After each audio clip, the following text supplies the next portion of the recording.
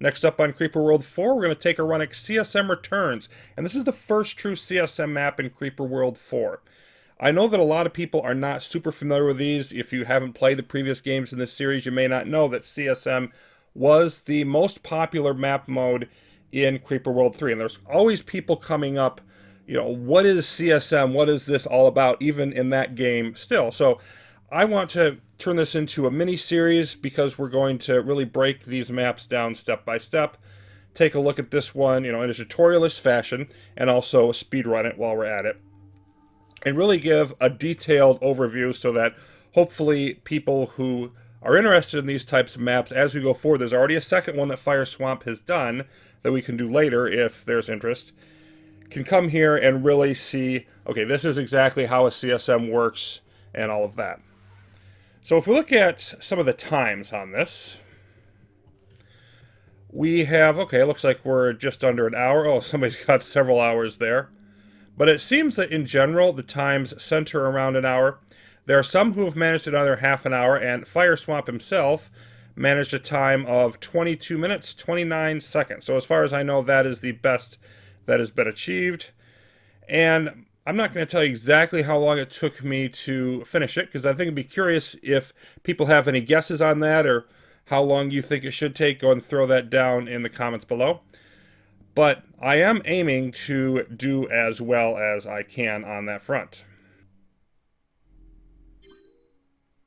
Here is our initial text explanation from Fireswamp himself. Go ahead and pause the video here if you're interested in reading through all of this on your own.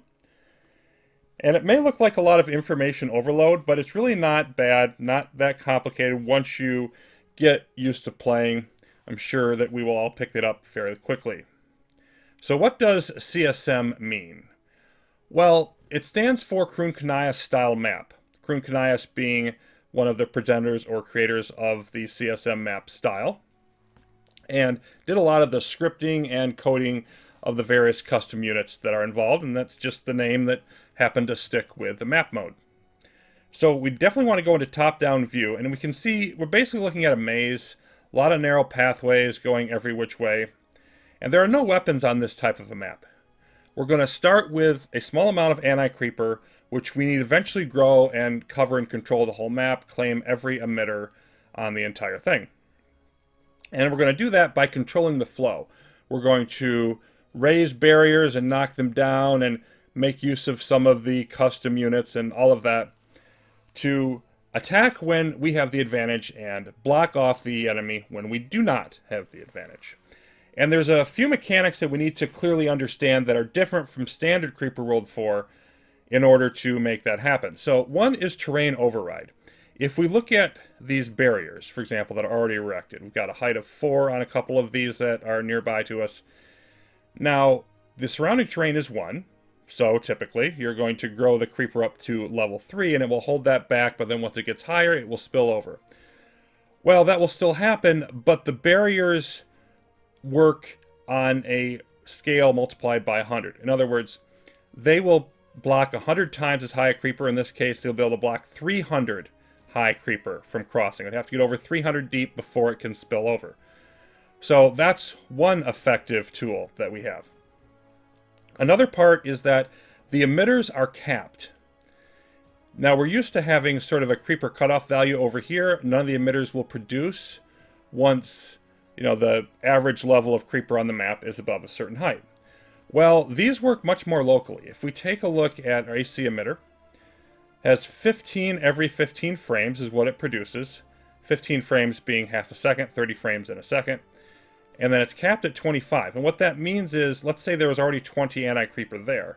It would only be able to produce 5 more regardless of how strong it is, because it can't go above 25. It can't produce more AC above a level of 25 in that area. Now the AC emitters cannot be destroyed or compromised in any way, no matter what happens. Then we have flip emitters. And these are the switch hitters. They can go either way. They start out as creeper, but one of the parts of the strategy is going to be to control them and turn them so that they will produce anti-creeper. And the way we do that is we flood that area with at least 1 depth of anti-creeper, and then it will flip to our side. The third type of emitter is the creeper emitter, and These you can destroy, but you cannot control them. So once you flood these areas with anti-creeper, they eventually blow up and they have an explosion with a splurt of creeper at that point. The final bit that we need to understand in terms of controlling the flow are the stargates. And these are these circular items. Now you can see that the outside color is different for all of these. So let's say we'll call this the yellow network. You can see it says network 3 equalizes every half a second. Yellow network is 7, red network is 0, etc. And so what these do is if you mouse over them, you can see all the different connections to various other ones of the same color, the same network. And as the description, says over here, they will equalize the amount of creeper or anti-creeper in all of those locations twice a second.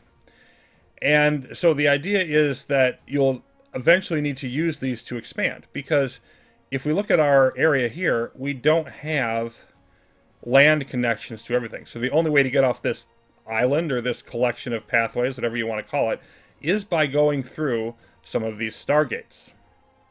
Of course, the creeper is going to use those too.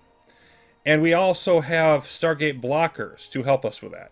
We can choose, we have 3 of these on this map, so we can block up to 3 of these stargates strategically, wherever we might wish to do that. Place these on there, and no creeper or anti-creeper will go through those. It effectively removes that part from the network. And the final custom unit that we need to understand are these green ones. These are power towers, and they are quite important. What the power towers do is they will increase the strength of all of our emitters wherever they are on the map. The AC ones and the flip ones. Any that we have under our control will get boosted. And we have to do it the same way in order to actually get these activated and get the boost. What we need to do is flood that area with 1 depth of anti-creeper. Taking a look then at a bird's eye view of the entire area, we have Good Luck Wished to Us by Fireswamp. And there actually is a second AC emitter up in this area, but it's not going to do us any good for a while, because this is only 1/4 of the strength of the nearby flip emitter. So to get anything out of this, we are going to need to boost our emitter power drastically by the power towers. But it's worth noting that this is there. It'll become very valuable to us in the future. Placing our Rift Lab, we could do some areas like this. It'll get swamped by creeper very quickly there. The only viable place is on this plateau. So since that's the case, what do we want to do with our Stargate blockers? We want to concern ourselves with the nearby networks, that is the white or the yellow. And which one do we want to go after? Well, we're definitely going to focus on power towers whenever. That's a key strategic element. Boost the power of your emitters. There's one right nearby. There's one over here. We would need to get into this area near the yellow network to get to it. This one over here, we'd have to follow one of these paths around. This one over here. Over here. We don't have to get into any of the other networks to do that. And then if we sort of follow the connection lines here, let's see how strong the resistance is in the yellow network as a whole. Well, we've got 15 strength emitter there, a 20 strength here. This is, a 15 strength, although it's a rapid emitting one. And then we've got a 20 strength here. So it looks like we're looking about 15 to 20 on the yellow network. Okay, well, what about the white? Well, this is 40. And let's see, what else do you have for us? You've got a 70 there. You've got some more up this way. You see, like, these aren't that strong, but there's a whole bunch of them in here. They're still 30 strength. But the idea is they can flow in from a bunch of different angles, and that's not good for us either. And then, okay, this is 40 over here. Clearly, the yellow network is the weaker one. And so we're going to want to go after that. We'll just leave this white area, cordoned off for now and deal with it later. So I'm going to put a Stargate blocker here. This is the most important one. We want to block any inflow into our island from that first network. Just stop it from causing us any additional buildup and resistance. Then I'm going to come here. This one has, a nice path here before we'd actually get to anything useful. I don't want to jump into that part of it right away. And then I'm going to put this one up here.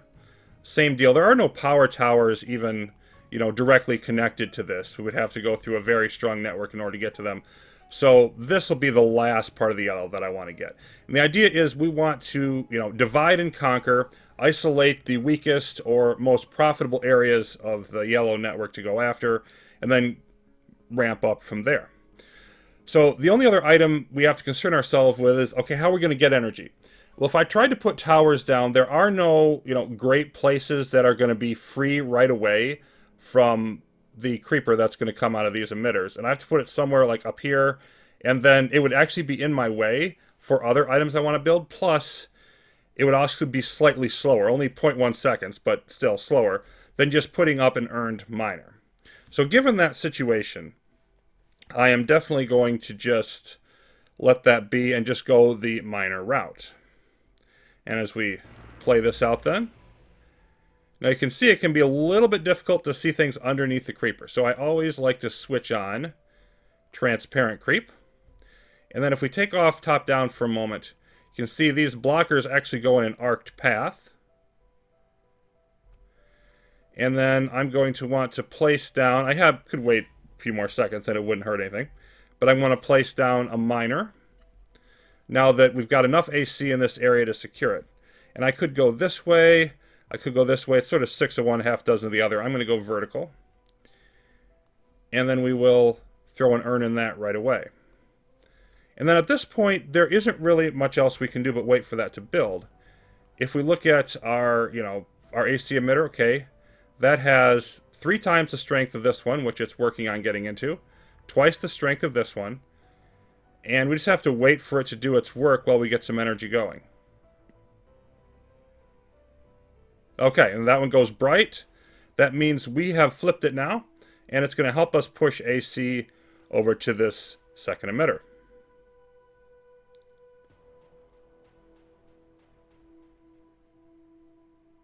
And we're approaching now the time when we're going to get our miner built. Okay, there's the last packet going out to it. Now, if we look at the the top-down view, and it's going to get worse, but this is kind of why, getting in here to see this would just not work. So, definitely want to go top-down. Now, the next thing we want to do is get some torps up. Not terps, torps. And these are a customized version of basically doing what the terp does, but they work better apparently for the train override, and they're also cheaper. So if you build a terp, it'll just transform itself into a torp, but just build the torps, they're better. And it's also very important, even if we're doing it when it's paused, what order we place these in, because the ones we place first will get packets first, and they will also have the first priority in being sent out to work on a particular area that we want to terraform. So we can support 3 with our miner that's about to be finished, and also 3 is the amount of initial terraforming that I'm going to want to do in multiple areas. So with those 3 in, we're going to turn their supply off. That means they won't be giving them energy to resupply their ammo. They'll have a full amount to start with, and that will be plenty for our initial purposes, and we can use energy elsewhere. And we've got the urns going into them, and we want nearest on so that it won't be hopping around between different squares that I give it to terraform and wasting a bit of time in so doing. Alright, so now that that's in place, we can just sort of move forward a bit more and wait for these to build. You can see the energy is pretty stable.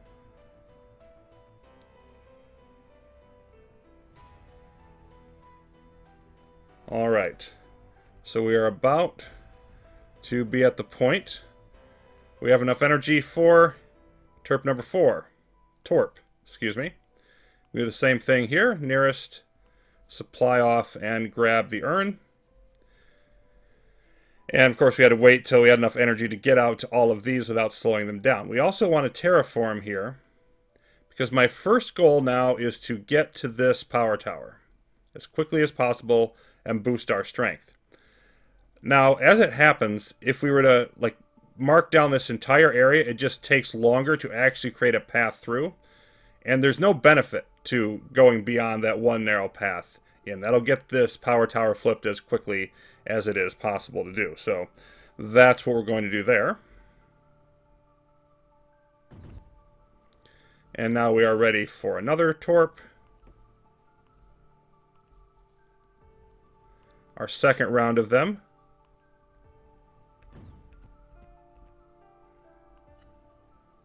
And another.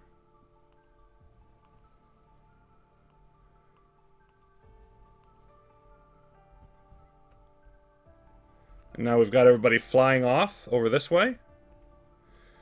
So, we're going to do some relocating, because a lot of our terraforming is going to happen over in this area. And so I'm going to want to have them as close as possible. Less time journeying is more efficient for getting the work done. And then all of you are set in place, working your way down on this to get it low enough to allow the creeper, anti-creeper rather, through.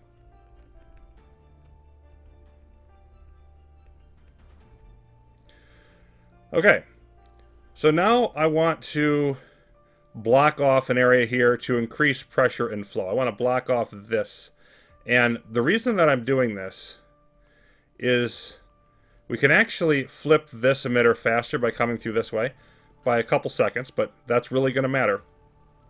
And we want to keep any AC from coming down this way that doesn't have to, because it's not going to help us to, let it spread more thinly. We want more pressure and higher amounts of AC to push through and get better flow rates. So again, controlling the flow of AC is very important. And we are going quite slowly here at the beginning, but it's worth noting that in this type of map, you don't just have the option, again, to just build a bunch of weapons after you get set up and really accelerate how fast you kill the creeper. So getting that snowball going, getting that growth curve building, being able to attack the creeper before it builds up too much is really important on these maps. So I think it's worth spending the time to do that and accelerating your progress. So now they're going to, if they finish this area, the AC is going to flow down in there. And they're building my level 2 block off here. So now that that's happening, I want to start with the next area.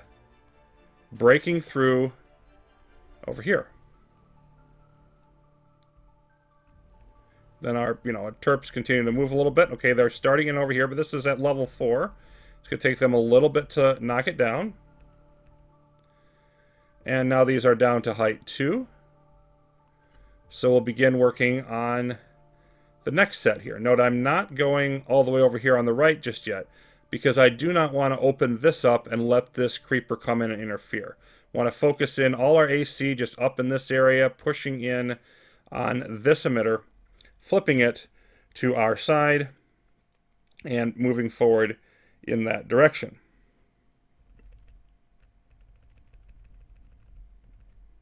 And boom, there we go. This lights up.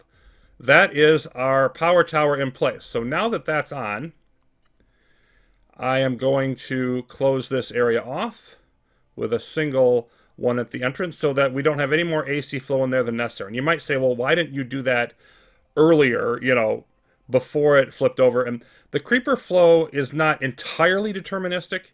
It can vary a little bit, particularly as things get more complicated later. So I just don't think it's worth messing with that, since it can vary and you can actually end up cutting things off too quickly. Just waiting for the item to activate and then closing off the area behind it. That's the way that I'm going to play it. So we need to continue forward then.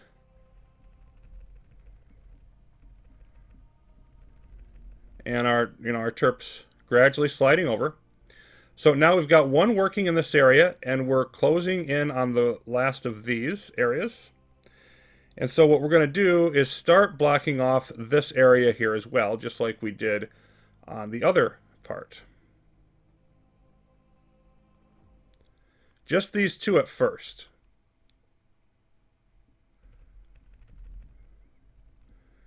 There we go. They're headed that way. So we've got two of them working on here, and now this one is down to its final level. So let's throw in our order to have you get that last one. And then everything will be concentrated on knocking out this emitter from that top area. All right, so now we've got one of those in. We're working on the rest of this. It is time now for us to begin breaching this. Because that's our last thing that we can really do. And we're actually not going to be able to break through this before this emitter flips. So we're going to be perfectly fine there. There it flips over. And now we have control of all of this area. We want to move out here and attack.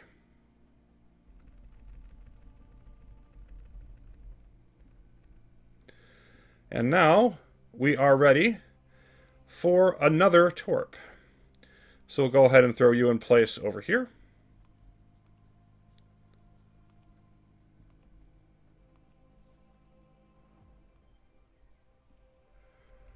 Just waiting for everybody to finish their job. Almost a minute in, and the creeper is already up to well over 500,000. Thankfully, most of it is blocked off from fighting us, but we need to make sure it stays that way. So I'm going to slide back here so you don't get blown up. Move over this way. And we need to gradually move out, continue building up a few more torps.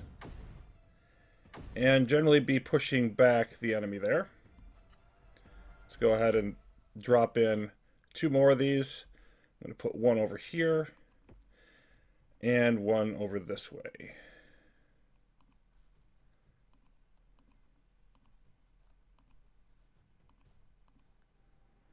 And out of urns, so we don't need to add that in there. So at this point, I want to, for my next bit, I want to set up a couple of more walls. So one over here. So we cut off this area and push everything up towards the next power tower. And then one to cut off the flow after that. We don't need this area to give us some more territory, but I am not concerned about that. And then I want to move in a little bit more with some more of our torps and just gradually push this way.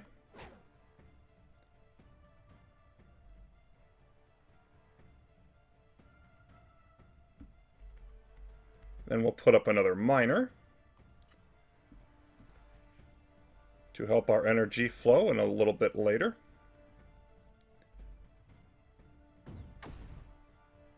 And AC is starting to push into this way pretty effectively.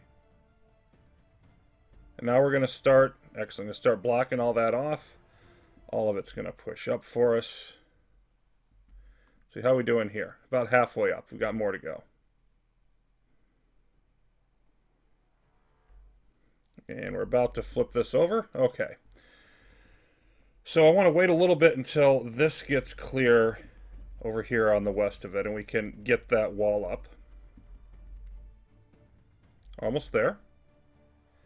We've got it now. Okay, so the next thing I want to do then is knock this wall down.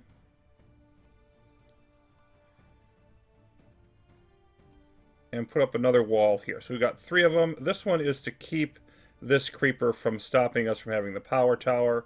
And then we stop pushing more AC up this way and open the path to finally get in to the yellow network. So we got to move this out of the way. And where are we going to put it? Well, further on, this is going to be a key area to push up through in the mid-game of the level. And the green network is connected to all of the worse ones. So this could reach a height of over 300 creeper if I leave it open. Meanwhile, if you take a look at the emitter strength, it's probably going to cap out at about 150. So I want to keep this from piling up too much. It's going to slow us down if I allow that. I'm going to pull you out then, right into there. And that opens up the yellow network to us. The few areas that we're going to attack for the time being.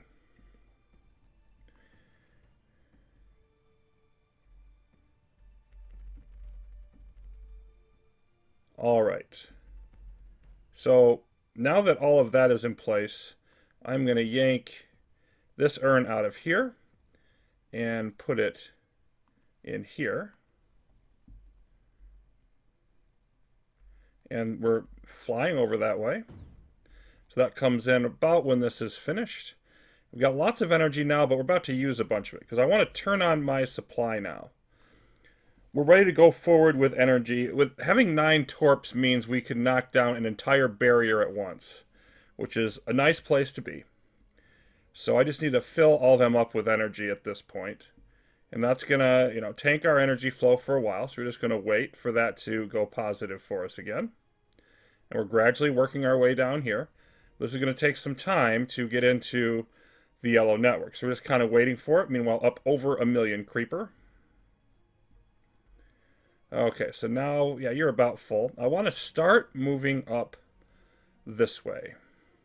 I'm going to want to be in this area before too much longer.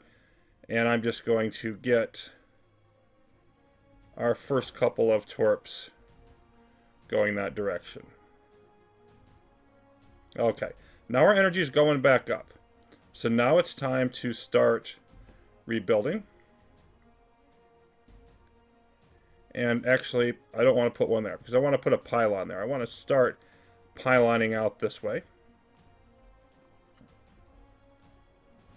So we'll just start with this. And of course, we don't need to make any adjustments to these now. We're now into a period of time where we have good energy flow. And I just want to keep building up everything I can. I think I'll just sort of flip a few of these out. Move them in some different directions. And continue to create space for us to build up some more. There we go. So I want it to be roughly even on energy to the extent that that's reasonably possible. Okay, so we're not quite gaining control of this, but we're progressing gradually. Probably can fit one here. And you're not quite full of ammunition yet, but you will be soon. Okay, now we're starting to push out this way. I'm going to move you out here. We're going to want to block this off as well, because again, we don't need to take down the regular emitters. Not yet. So we're going to want to block that off there as soon as we can. And let's see. Now I think ready for the next couple to come out this way.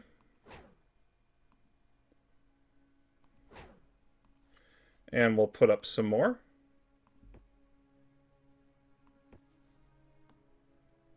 Perhaps one there as well.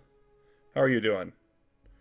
You're not quite there yet. Let's fill up with some more ammunition.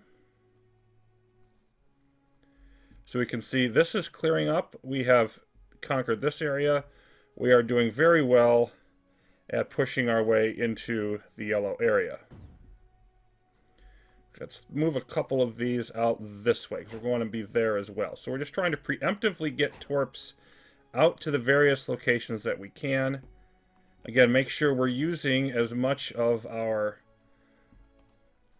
energy as possible. Keep that amount low, or even slightly negative is fine, just so long as we're not wasting it. We want torps everywhere. Okay, and you're taking a little bit of damage here, but you're going to be fine. We've got another boost here. Now, it's worth noting each of these power towers is plus 15 to our AC and plus 10 to our flip emitters. So we can see these are now up to 40 strength each, where they were originally 10. So we're making very good progress there. And we have now conquered another power tower. So we want to wait again till we get this down to 0. And we can start conquering that. And there we go. Okay. So we're also going to want to put one up this way. We want to secure the power tower, block this off, and then keep any other AC flowing where we want it. All right. So where do we go next? Well, next I want to hop over into this section, where we're going to eventually want to flow down here and get to this. But that will come with time. for the current moment, where do we move this blocker then? I think it's time to start focusing on the white network. And I want to stop all of this creeper up here from flowing in, so we will move up in that direction. And for now, I am going to knock this down to a lower level. The question is, how low can we avoid to take it? I want to take it all the way down later. I just want to take it part way down now. And we can see the strength of this emitter here. Okay, capped at 125. Let's assume this can get up to maybe around 200. It shouldn't get above 200. It should be between 100 and 200, in other words. So we'll need 2 layers here for sure. So if we knock this down to 3, it should be okay. If we put it down to 2, we will have a problem. So just sort of ahead of time, knocking these down, I think can be really helpful to us. The other part is, we're also going to want, as soon as we get in here, to block this off, because I want to push as much AC as possible in this direction, get down here to this emitter. I think you are pretty secure, so we'll fly you off this way. And then eventually we can extend our pylons out here as we push out. So all of that underway, and we're trying to take over one more additional section of the yellow network. Some of it flowed that way, but now it's been blocked off, and we'll not be seeing any more of that. So we'll continue. Oh, you're not really full yet. You're pretty close. Continue moving out everywhere that we reasonably can. And let's see. Let's maybe slot one of you over there. And keep the process going. Now, if we look at this over here, we're getting close to some action because we have 75 every 15 frames. This is 120 every 30. So this is actually stronger.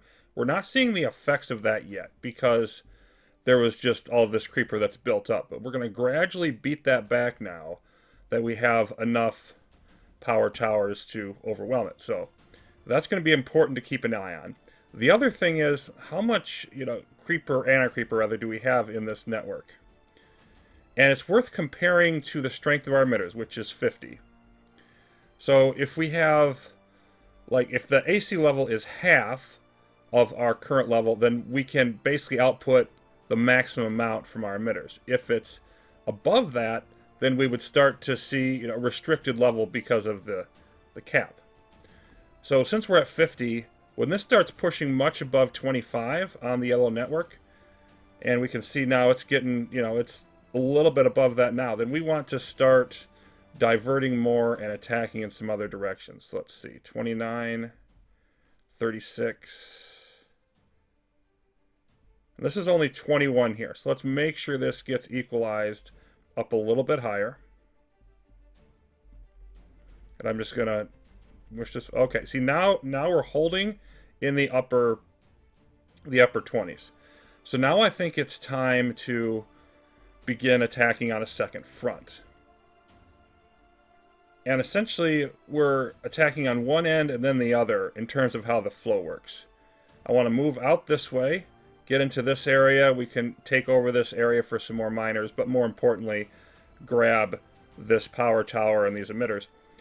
And we're going to be flowing out to the yellow network here. We got a couple emitters in the way and this emitter over here. So there's going to be minimal flow loss in this direction from that. Plus we have a couple of other emitters in the yellow network contributing at all. So we have 3 different ways in which the AC is flowing into here.